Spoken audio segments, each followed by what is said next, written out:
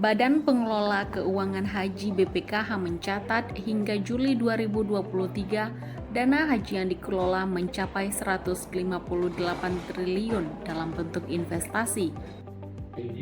Sementara sisanya ditempatkan di 30 bank syariah yang ada di Indonesia. Penempatan dana dalam bentuk investasi dilakukan agar memberi nilai manfaat secara optimal dan aman.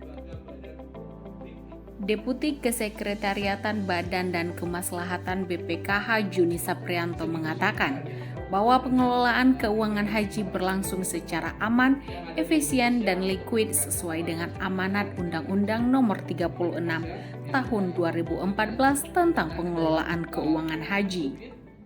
Pengelolaan, terutama pengelolaan keuangan untuk mendukung pengembangan nilai manfaat untuk mencapai kinerja yang terbaik, kemudian akuntabilitas dan transparansi dalam pengelolaan keuangannya.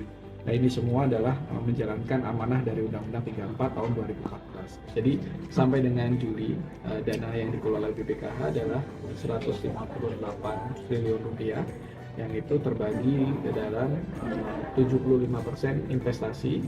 Investasi sendiri kita masuk ke dalam surat berharga seperti sukuk pemerintah Republik Indonesia, kemudian juga investasi langsung lainnya yang saat ini BPKH mempunyai anak perusahaan yaitu Bank Muamalat Indonesia. Jadi BPKH melakukan investasi langsung di Bank Muamalat Indonesia dengan kepemilikan 82% dari saham PT Bank Muamalat Indonesia.